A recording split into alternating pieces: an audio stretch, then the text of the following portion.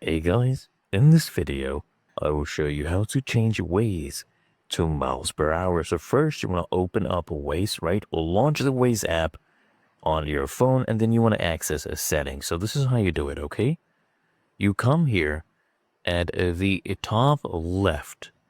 You'll see these three horizontal lines. I want you to go ahead and click on this. This will open up your menu and here you can access settings, okay? So I'll click on settings right here. Now, if you come to general, okay, under general, the first option right here in the settings menu, right, you will see distance units. Now, my distance units is currently set to kilometers.